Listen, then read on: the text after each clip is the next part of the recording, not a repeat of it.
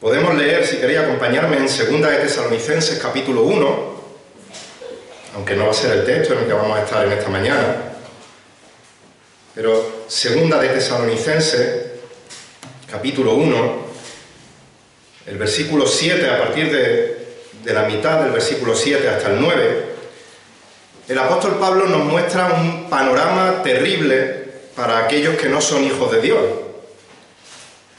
Y dice este texto, Segunda de Tesalonicenses 1, 7, a partir de la mitad del versículo, que cuando el Señor Jesús sea revelado desde el cielo con sus poderosos ángeles en llama de fuego, dando retribución a los que no conocen a Dios y a los que no obedecen el Evangelio de nuestro Señor Jesucristo, estos sufrirán el castigo de eterna destrucción, excluidos de la presencia del Señor y de la gloria de su poder. Son palabras duras. Por su parte, ya vimos hace bastante tiempo en el capítulo 2 de Romanos, en los versículos 6 y 8, que Dios pagará a cada uno conforme a sus obras, Romanos 2:6, y dice el versículo 8, que a los que son ambiciosos y no obedecen la verdad, sino que obedecen la injusticia, ese pago, conforme a esas obras, dice el texto, que será ira e indignación. Vaya textos para comenzar un domingo la predicación. Pero es que estos textos son una pequeña muestra de la multitud de versículos que hay a lo largo de la palabra de Dios, a lo largo de la Biblia, que nos hablan de este castigo de eterna destrucción excluido de la presencia del Señor y de la gloria de su poder, de este pago, de esta ira e indignación a todos aquellos que son pecadores, es decir, al 100% de la humanidad. Esto es lo que justamente merecemos cada uno de los seres humanos. Dios puede condenarnos con todas las de la ley, porque sabemos que por la transgresión de uno, de Adán, por este entró, reinó la muerte, y por la transgresión de uno, de Adán, resultó la condenación, dice Romanos 5:18, de todos los hombres. La condenación de toda la humanidad. Ahora bien, en medio de esta oscuridad, en medio de este horroroso destino final, brilla poderosamente la verdad de que Dios ofrece salvación de la condenación por gracia, por medio de la fe, a todos aquellos que acuden a Cristo en arrepentimiento y fe y le confiesan como Señor, como Salvador de sus vidas. Así que si ya eres hijo de Dios, si eres hija de Dios, eres salvo de esta condenación. Pero recuerda que todos los seres humanos, incluidos tú, incluidos yo, descendemos de Adán. Que nadie se libra de nacer con esta naturaleza de pecado. Recuerda que si eres hijo de Dios, si eres hija de Dios ya, eres salvo de esta condenación. Pero no puedes olvidar, como dice Efesios 2:3, que en otro tiempo vivíamos en las pasiones de nuestra carne, satisfaciendo los deseos de la carne y de la mente, y éramos todos nosotros, por naturaleza, hijos de ira, lo mismo que los demás. Así que siendo consciente de esta realidad que había en tu vida, si Dios te ha salvado, si eres hijo de Dios, si eres hija de Dios, tienes que estar seguro de que eres salvo de la condenación eterna. Y ahora puedes vivir confiado, gozoso, tranquilo, porque aunque, como nos recordaba Juan Antonio, tenemos que ir por el camino estrecho, pero la salvación en este camino estrecho es obra de Dios. Y por lo tanto también, como Samuel nos recordaba el domingo pasado, es imposible que podamos perder, que podamos caer de esta salvación. Y para que podamos disfrutar aún más de la realidad de esta salvación, el apóstol Pablo nos va a mostrar en nuestro texto de hoy 4 características de la salvación del creyente. Y os invito a que me acompañéis a Romanos capítulo 8. Empezamos un nuevo capítulo, seguimos con el estudio de la carta a los romanos, y Dios mediante vamos a leer los versículos del 1 al 4. Romanos capítulo 8, versículos del 1 al 4. Dice el apóstol Pablo, movido por el Espíritu Santo: por consiguiente, no hay ahora condenación para los que están en Cristo Jesús, los que no andan conforme a la carne, sino conforme al Espíritu. Porque la ley del Espíritu de vida en Cristo Jesús te ha libertado de la ley del pecado y de la muerte. Versículo 3. Pues lo que la ley no pudo hacer, ya que era débil por causa de la carne, Dios lo hizo enviando a su propio Hijo en semejanza de carne de pecado, y como ofrenda por el pecado, condenó el pecado en la carne, para que el requisito de la ley se cumpliera en nosotros, que no andamos conforme a la carne, sino conforme al Espíritu. Hasta aquí la palabra del Señor. Y como hemos dicho en este texto, podemos ver 4 características de la salvación del creyente. En la primera mitad del primer versículo vamos a ver que al haber sido salvado no eres condenado. En el versículo 2 veremos que has sido salvado porque has sido justificado. En el versículo 3 veremos que has sido salvado porque Jesucristo te ha sustituido. Y en la segunda mitad del versículo 1 y el versículo 4 veremos que tu vida de santificación es el resultado de tu salvación. 4 características de la salvación del creyente. En primer lugar, al haber sido salvado, no eres condenado. Y el versículo comienza con las palabras "por tanto", "ahora pues". Y con estas palabras Pablo va a introducir una conclusión de lo que acaba de decir anteriormente. Antes ha dicho algo y por tanto va a concluir lo que él ha dicho. ¿Qué es lo que ha dicho anteriormente? Bueno, los versículos inmediatamente anteriores, del capítulo 7, Pablo nos ha hablado de su propia experiencia autobiográfica como creyente en esa lucha espiritual que todos los creyentes tenemos cada día en ese camino estrecho.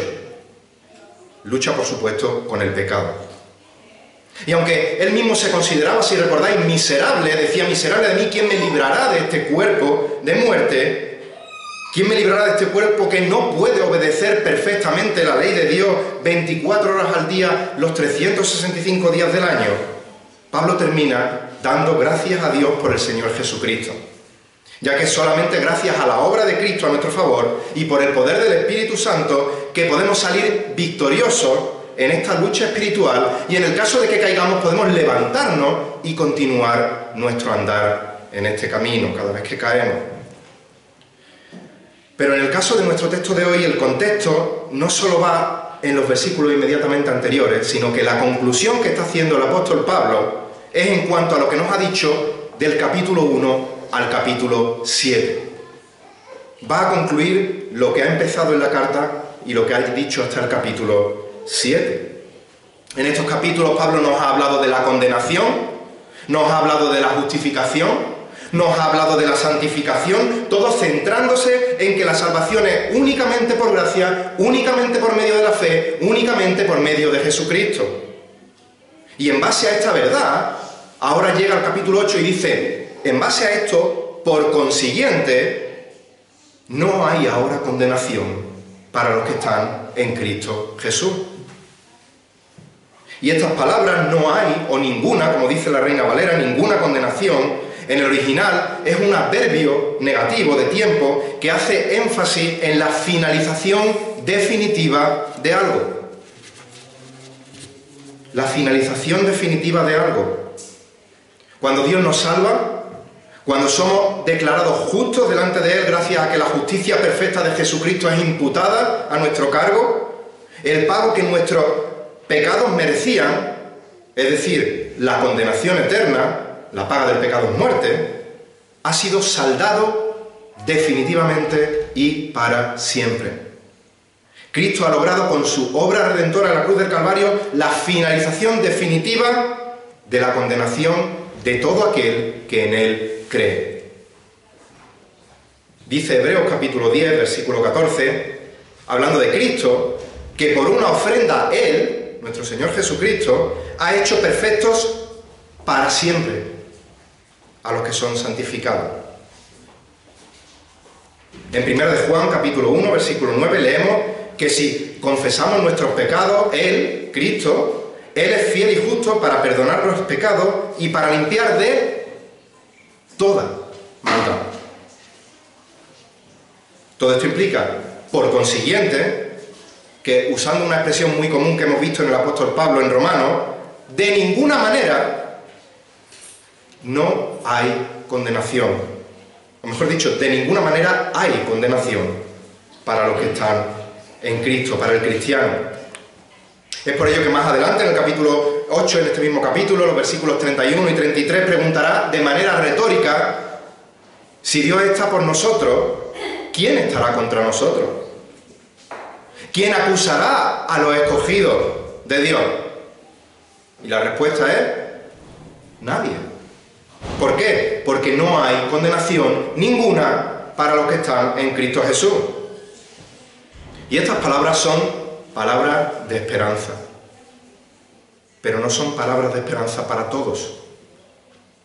El texto lo dice: solamente no hay condenación para los que están en Cristo Jesús. Solo aquellos que están en Cristo Jesús, solo aquellos que han sido unidos a Cristo por la fe, son los que han sido declarados inocentes frente a la corte del juez supremo del universo. Así que esto implica que, por consiguiente, sí hay condenación para los que no están en Cristo. Así que si en esta mañana no tienes a Cristo en tu vida como Señor y Salvador, lamento profundamente y con tristeza decirte que sí hay condenación para ti. Que tu destino final justamente es la condenación en el infierno, porque tus pecados te hacen culpable frente a la corte del juez supremo. Y no hay ninguna obra, por buena que pueda parecer a los ojos de los seres humanos, que te pueda hacer merecedor o merecedora por ti mismo de ganar esa salvación. Pero las buenas noticias del Evangelio es que Cristo sí pudo satisfacer de manera perfecta el estándar de justicia que Dios demandaba. Por eso sí pudo entregar su vida a favor de pecadores como tú y como yo en la cruz del Calvario, para que ahora libremente, con confianza, arrepentido, puedas acudir a los pies de Cristo por fe, pidiéndole perdón por tus pecados y reconociéndole, rogándole que sea el Señor y Salvador de tu vida. Y si haces esto ahora mismo, por fe, la Biblia te asegura que en ese instante estarás en Cristo y ya no habrá condenación ninguna para ti. Ahora bien, con respecto a los que sí estamos en Cristo por gracia para la gloria de Dios, tenemos que dejar claro algunas cuestiones. Que no haya condenación para los que estamos en Cristo no significa que no hay lucha con el pecado. Ya vimos en el capítulo 7, en esta experiencia autobiográfica del apóstol Pablo, que la lucha con el pecado es diaria, es continua, es constante. Y que esta lucha, esta batalla solo va a terminar cuando estemos en la presencia de nuestro Señor. Por otro lado, que no haya condenación para los que estamos en Cristo no implica que ahora puedo vivir como me dé la real gana, pensando que como no hay condenación, puedo pecar porque ya tengo el cielo ganado. Si piensas así, probablemente es que no has nacido de nuevo y no has entendido el Evangelio. Saber que no hay condenación para los que estamos en Cristo es saber que nuestro Señor Jesucristo cumplió la ley de manera perfecta. Es saber que nuestro Señor Jesucristo fue a la cruz injustamente y allí cargó con mis pecados, con todos mis pecados, los pasados, los presentes y los futuros. Cargó con la eternidad de ira que yo merecía vivir en el infierno. Y esta verdad nos motiva a vivir una vida de gozo plena, en medio de cualquier circunstancia. Esto nos lleva a experimentar un amor tan grande, un perdón tan grande, que me da la seguridad de que no hay condenación para mí. Por lo tanto, puedo vivir con los pies en la tierra, pero con la mira puesta en la eternidad, en lo que me espera, en el cielo, en mi esperanza de gloria eterna. Como dijo el apóstol Pablo en Romanos 5, los versículos 1 y 2, por tanto, habiendo sido justificados por medio de la fe, tenemos paz para con Dios por medio del Señor Jesucristo, por medio de quien también hemos obtenido entrada por la fe a esta gracia en la cual estamos firmes y nos gloriamos. ¿En qué? En la esperanza de la gloria de Dios. Pero no solo estaremos en la gloria, libres de pecado, sino que además tendremos el privilegio de contemplar su gloria y alabarle por la eternidad. Por lo tanto, al haber sido salvado, no eres condenado. Una segunda característica de la salvación del creyente es que ha sido salvado porque ha sido justificado. Dice el versículo 2, lo leemos de nuevo: porque la ley del Espíritu de vida en Cristo Jesús te ha liberado de la ley del pecado y de la muerte.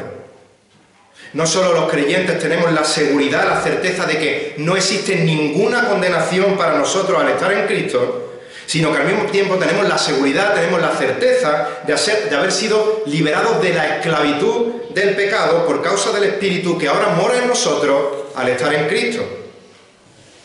Como ya hemos dicho, el único motivo por el que Dios nos ha declarado justos y por el que nuestro veredicto es el de inocencia es porque la justicia de Cristo nos es imputada. Porque la justicia perfecta de Cristo es puesta en nuestra cuenta. No porque tú lo merezcas, no porque yo lo merezca, sino porque hemos acudido a Cristo arrepentidos por fe. Arrepentidos de nuestros pecados, pidiéndole que nos perdone y que nos salve. Y Él nos ha salvado por gracia, no por obras para que ninguno de nosotros se gloríe. Por eso dice Romanos 3:28 que concluimos que el hombre es justificado por fe, aparte de las obras de la ley. Y por eso ahora Pablo va a ampliar este argumento diciendo que por la ley, o mejor dicho, porque la ley del Espíritu de vida en Cristo Jesús te ha libertado de la ley del pecado y de la muerte. Este porque implica una idea de causa, es decir, nos va a introducir la razón por la cual no hay condenación. No hay condenación porque la ley del Espíritu de vida te ha libertado en Cristo. Es la segunda vez que escuchamos esta expresión, en Cristo Jesús. No hay condenación para los que están en Cristo Jesús. Y ahora leemos porque la ley del Espíritu de vida en Cristo Jesús. Aquí está la clave de la justificación. Un cristiano no es simplemente un seguidor de Cristo, sino que es una persona que está en Cristo Jesús. Dice 1 Corintios 12:27, ahora bien, vosotros sois el cuerpo de Cristo, y cada uno individualmente miembros de Él. Estamos en Cristo y somos el cuerpo de Cristo. Un poco más adelante, en el capítulo 15 de 1 Corintios, el versículo 22, nos dirá que así como en Adán todos mueren, también en Cristo todos serán vivificados. Es por el hecho de estar en Cristo Jesús que somos justificados. Porque la ley del Espíritu de vida en Cristo Jesús te ha libertado de la ley del pecado y de la muerte. Ahora, el término ley, aquí en este texto, está haciendo referencia a podríamos llamar a un principio operativo, a un principio regulador que nos motiva a hacer algo. Y encontramos dos leyes, dos principios operativos, dos principios motivadores en este versículo. Por un lado está la ley del pecado, la motivación que te lleva a desobedecer a Dios, que te impulsa a pecar y cuyo último fin es la muerte, porque la paga del pecado es muerte. Y toda persona sin Cristo está bajo esta ley. El ser humano nace pecador y por eso peca. El pecado está en nuestro ADN espiritual y por eso es que pecamos. Pero cuando Cristo nos salva, al estar en Cristo, somos liberados de esta ley de la esclavitud del pecado, del yugo que nos tenía esclavizados, y el Espíritu Santo no solo nos da vida nueva espiritual, sino que además nos da una nueva ley, la ley del Espíritu de vida, la cual nos capacita y nos motiva a obedecer a Dios. Cuando nacemos de nuevo, el Espíritu viene a morar en nosotros. Hay en nosotros un nuevo poder, un nuevo principio operativo. Y ahora podemos movernos en la dirección correcta que manda el Espíritu por medio de su guía, no a través de experiencias místicas, no a través de que se abre el cielo y vemos cosas raras, sino a través de su palabra. Es por eso que dice Pablo en Filipenses 2:13, que Dios es el que obra en vosotros tanto el querer como el hacer para su beneplácito. El cristiano es una nueva criatura, es una nueva creación en Cristo, como dice 2 Corintios 5:17, y a partir de ese momento de la salvación, aunque no somos impecables, aunque no estamos sin pecado, pero sí tenemos el poder para no pecar. Sí tenemos la capacidad para tener victoria sobre el pecado. Ya hemos visto en las últimas predicaciones de Romanos que la ley por sí misma nos santifica, que la ley por sí misma nos salva, que la ley no tiene jurisdicción en el creyente en cuanto a que no le puede condenar, sino que solo podemos ser salvos por gracia, por medio de la fe en Jesucristo, que solo somos santificados y salvados a través de la justicia perfecta de Cristo, que se nos imputa a nosotros. Esta es la justificación. La ley nos muestra que el pecado que hay en nosotros es extremadamente pecaminoso. Nos condena a muerte porque nos muestra la incapacidad que tenemos por nosotros mismos de agradar a Dios por nuestras buenas obras, por nuestras propias fuerzas. Pero una vez que somos regenerados por el Espíritu Santo, estamos bajo una nueva ley, bajo una nueva motivación capacitada por el Espíritu Santo para poder obedecer a Dios. Y ahora obedecer a Dios no es una carga pesada, no es un yugo pesado como el yugo de la ley del pecado, sino que es un deleite que fluye de manera natural del corazón del creyente. Estamos viendo 4 características de la salvación del creyente. Hemos visto que al haber sido salvado, ya no eres condenado. Que has sido salvado porque has sido justificado. Y en tercer lugar, has sido salvado porque Jesucristo es tu sustituto. Jesucristo te ha sustituido. Si os dais cuenta, todas estas características están íntimamente ligadas de manera que se van complementando, incluso solapando entre sí. Explicar que no hay condenación, tienes que hablar de justificación. Al hablar de justificación necesariamente tienes que hablar de sustitución, de santificación. Ya hemos visto también que con la justificación hemos visto algunas de las cosas que la ley no podía hacer. Y ahora Pablo va a seguir hablando de esta ley en cuanto a la obra de sustitución de Cristo, versículo 3. Pues lo que la ley no pudo hacer, ya que era débil por causa de la carne, dice el principio de este versículo. Ya sabéis, ya sabemos que Pablo no está diciendo que la ley es débil porque la ley es imperfecta, porque la ley no puede hacer ciertas cosas porque falla en algo. En el capítulo 7, versículo 12, Pablo nos ha dicho que la ley es santa, justa y buena. ¿Y por qué es santa, justa y buena? Porque es un reflejo del Dios que ha escrito, que ha dado la ley, y es un Dios santo, es un Dios justo y es un Dios bueno. La ley no puede ser pecado, no puede ser imperfecta porque nos representa a su autor, que es Dios. La ley es santa, está apartada del pecado porque Dios es santo. La ley es justa porque Dios es justo y recto y no hay injusticia en él. La ley es buena porque Dios es bueno y la ha dejado para nuestro bien. Así que cuando Pablo habla de lo que la ley no puede hacer, no es porque la ley sea débil a causa de alguna imperfección, sino porque nosotros somos débiles e imperfectos a causa de la carne. La ley es santa, pero por sí misma no me puede santificar por causa de la carne, a causa de mi pecado. La ley es justa, pero por sí misma no me puede justificar por causa de la carne, a causa de mi pecado. La ley es buena, pero no me puede hacer bueno por causa de mi carne, a causa de mi pecado. Eso es la debilidad de la carne de la que está hablando aquí el apóstol Pablo. Dice Gálatas capítulo 3, versículo 10, porque todos los que son de las obras de la ley están bajo maldición, pues escrito está: maldito todo el que no permanece en todas las cosas escritas en el libro de la ley para hacerlas. Gálatas 3:10. Y el versículo 23 de este mismo capítulo dice: ¿entonces la ley es contraria a las promesas de Dios? De ningún modo. Porque si se hubiera dado una ley capaz de impartir vida, entonces la justicia ciertamente hubiera dependido de la ley. Por lo tanto, lo único que la ley puede hacer es condenarme por causa de la carne, a causa de mi pecado, porque yo no puedo cumplir por mí mismo a perfección el estándar que la ley demanda de mí.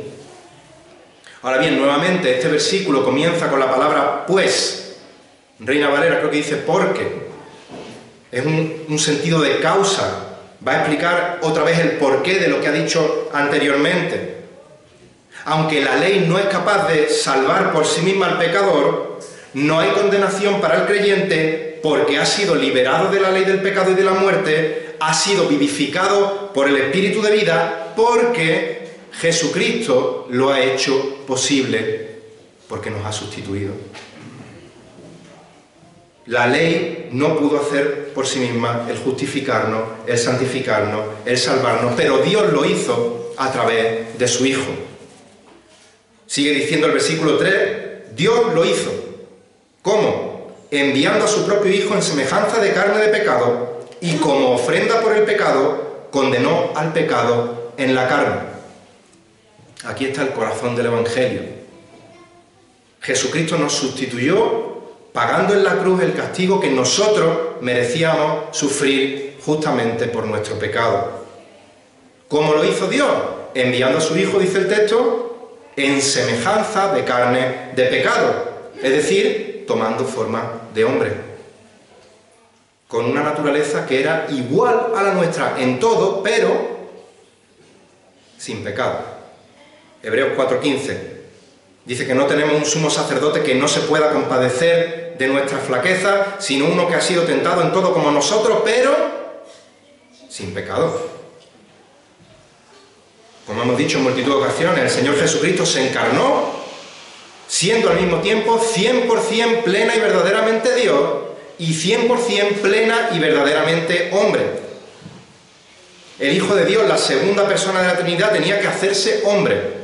Tenía que vivir una vida sin pecado, cumpliendo la ley de manera perfecta, porque era la única manera en que Él pudiera ser ofrenda perfecta por el pecado. El Cordero de Dios que quita el pecado del mundo. Solo Él te podía sustituir a ti, solo Él me podía sustituir a mí en la cruz del Calvario. Pero en aquella triste escena en la que vemos un sufrimiento que nuestra mente no llega a alcanzar ni a comprender, vemos al Hijo de Dios sufriendo la ira del Padre al pagar por nuestros pecados. En aquella escena en la que vemos el cuerpo de Cristo, el cuerpo del Hijo de Dios, maltratado, burlado, sufriendo y finalmente Él entregando su vida. No solo vemos a Jesús, como nos dice el texto de Romanos de hoy, dándose como ofrenda por el pecado, sino que también vemos maravillado el triunfo de Jesús, condenando al pecado en su carne, quitándole el poder al pecado. Jesús en la cruz terminó de una vez por todas con el poder del pecado en nosotros y nos liberó de esa esclavitud, del yugo del pecado, porque ya pagó por nuestros pecados de una vez para siempre en ese maldito madero.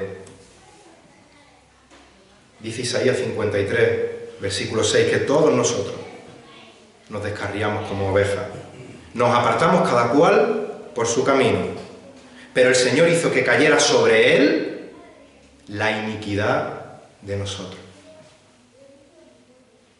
Segunda de Corintios 5:21, el que no conoció pecado, aquel que se hizo semejante a nosotros pero sin pecado, en semejanza de carne de pecado, al que no conoció pecado, le hizo pecado por nosotros para que fuésemos justicia de Dios en él. Por eso Pablo puede preguntar en 1 de Corintios 15:55, ¿dónde está, oh muerte, tu victoria? ¿Dónde sepulcro tu aguijón? O Reina Valera, ¿dónde está, oh muerte, tu aguijón? ¿Dónde sepulcro tu victoria? No me he equivocado al leerlo. Dice, el aguijón de la muerte es el pecado, y el poder del pecado es la ley, pero a Dios gracias que nos da la victoria por medio de, a través de, gracias a nuestro Señor Jesucristo. La victoria está en Cristo, el cual ha condenado al pecado, le ha quitado el poder al pecado que nos tenía bajo su dominio. Así que por este hecho, por eso es el hecho de que Cristo condenó al pecado en su carne, venció el poder en su sacrificio, el poder del pecado, y es por esto que ahora no hay condenación para los que están en Cristo, porque Jesucristo te ha sustituido. 4 características de la salvación del creyente. Al haber sido salvado no eres condenado. Has sido salvado porque has sido justificado. Has sido salvado porque Jesucristo te ha sustituido. Y por último, tu vida de santificación es el resultado visible de tu salvación. Dice la segunda mitad del versículo 1 que los que no andan conforme a la carne, sino conforme al Espíritu. Y en el versículo 4 va a repetir esto diciendo antes, para que el requisito de la ley se cumpliera en nosotros, que no andamos conforme a la carne, sino conforme al Espíritu. Porque el requisito de la ley, o para que el requisito de la ley se cumpliera en nosotros. Pablo está diciendo que el requisito de la ley, ¿cuál era? El obedecer perfectamente a la ley. Eso era lo que se requería de nosotros. Ahora que estamos en Cristo, lo cumplimos. ¿Por qué? Porque somos vistos a través del Padre, o por el Padre, mejor dicho, a través de la justicia perfecta de Cristo. Pero no solo eso, sino que además de haber sido declarados justos, además de que el requisito de la ley ahora se cumple en nosotros, dice que ahora tenemos la ley del Espíritu de vida, ahora tenemos, como hemos visto antes, la motivación del Espíritu y la capacitación de no andar conforme a la carne, sino conforme al Espíritu. ¿Veis? Se solapan estas 4 características, una con la otra. La verdad es que Cristo nos libró de la esclavitud del pecado y envió a su Espíritu a morar en nosotros para capacitarnos a obedecer su palabra, se tiene que demostrar visiblemente. No solo de boquilla. ¿Y cómo se demuestra? Pues que no andamos conforme a la carne, sino conforme al Espíritu. Y fijaos que no hay en este texto ninguna exhortación. No hay en este texto ningún mandamiento.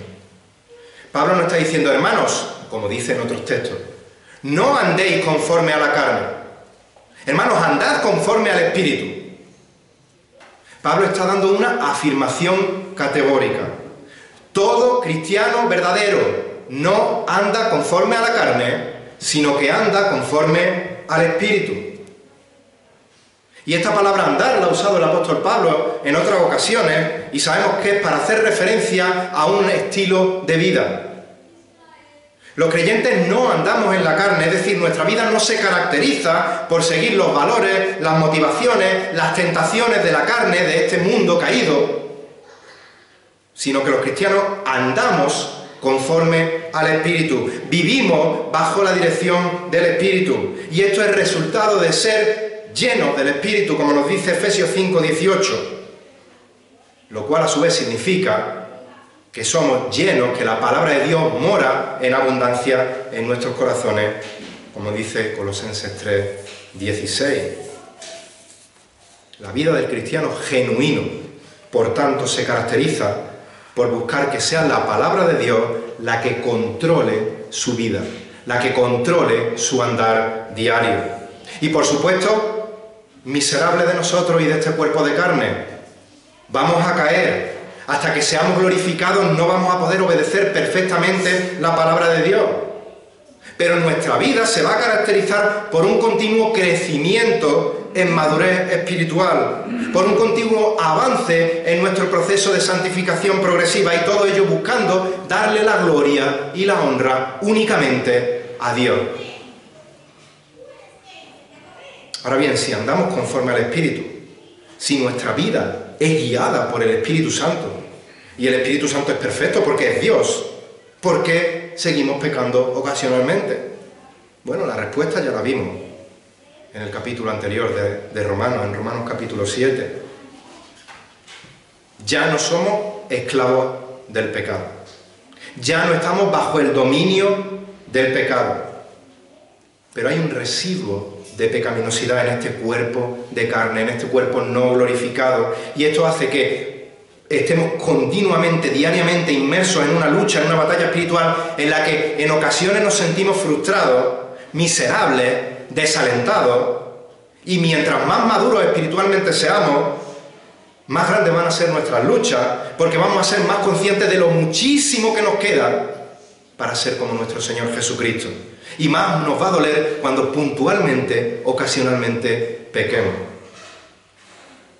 Pero nunca seremos totalmente vencidos. Jamás seremos derrotados. Porque nuestro Señor Jesucristo condenó el pecado en la cruz. Ahora somos libres del yugo, de la paga del pecado. Y sabemos que de ningún modo hay condenación para los que están en Cristo, para los que estamos en Cristo. Hemos visto 4 características de la salvación del creyente. Al haber sido salvados, no somos condenados. Hemos sido salvados porque hemos sido justificados. Hemos sido salvados porque Jesucristo es nuestro sustituto. Y nuestra vida de santificación tiene que ser el resultado visible de la realidad invisible de la salvación en nuestro espíritu, en nuestro corazón. Que el Señor bendiga su palabra y que su Santo Espíritu, el cual mora en nosotros, continúe día a día formándonos, conformándonos a la imagen de nuestro Señor Jesucristo. Que nuestra voluntad se someta en todo momento a la guía del Espíritu Santo por medio del conocimiento de su palabra y de la obediencia a la misma. Y que saber que no hay condenación para nosotros nos anime a vivir con gozo en medio de cualquier situación en la que nos encontremos, aunque no la entendamos, por difícil que sea. ¿Por qué? Porque los creyentes estamos convencidos de que el que comenzó en nosotros la buena obra la perfeccionará hasta el día de Jesucristo. A Él sea la gloria. Vamos a orar. Señor, te damos gracias por una salvación tan grande, Señor. Gracias por una misericordia tan grande, Señor. Gracias por una gracia tan sublime, Señor. Gracias porque nosotros no merecíamos absolutamente ninguna bondad de tu parte. Pero tú, en el ejercicio de tu soberana voluntad, por tu beneplácito, decidiste mandar a tu Hijo Jesucristo a encarnarse a la tierra, Señor, a vivir esa vida perfecta que ninguno de nosotros podía vivir, a morir esa muerte, Él injustamente, que nosotros justamente merecíamos morir. Y todo ello para proveer un camino de salvación para el pecador, Señor. Yo te ruego, Señor, que tu Evangelio penetre en el corazón de aquellos que aún no te conocen, Señor. Que humilles a aquellos que aún no son tus hijos, Señor, y están escuchando tu palabra, y saquen la bandera blanca de rendición y se rindan a tus pies, Señor, reconociendo que tú eres el Señor de señores, el Rey de reyes, que tú eres el camino, la verdad y la vida, que nadie puede ir a ti sino por medio de tu Hijo, Señor, y que acudan a los pies de la cruz del Calvario, Señor, arrepintiéndose de sus pecados por fe y confesando a tu Hijo como Señor, Salvador de sus vidas, Señor. Y a los que ya nos has salvado, Padre, no hay palabras de gratitud para saber que no hay condenación alguna para los que estamos en Cristo Jesús, Señor. Ayúdanos a no acostumbrarnos a tu palabra, Señor. Ayúdanos a no acostumbrarnos a tus maravillas, Señor. Ayúdanos a humillarnos ante tu presencia, a tener temor reverente frente a ti y al mismo tiempo poder acercarnos confiadamente como nuestro Padre Celestial, Señor. Y guíanos por medio de tu palabra, Señor. Ayúdanos a ser disciplinados en la oración, Señor, y a ser disciplinados en el estudio de tu palabra para poder ser guiados de manera correcta, conociendo tu voluntad, Señor, y que tu Espíritu nos ilumine cuando acudimos a tu palabra, Señor, y nos guíe para entenderla de manera correcta, para exponerla de manera correcta y para vivirla y predicarla de manera correcta, Señor. Y todo ello lo hacemos no porque merecemos nada, Señor, sino porque queremos darte la gloria, la honra y el honor que solo tú mereces. Esto oramos en el nombre y por los méritos de tu Hijo Jesucristo. Amén.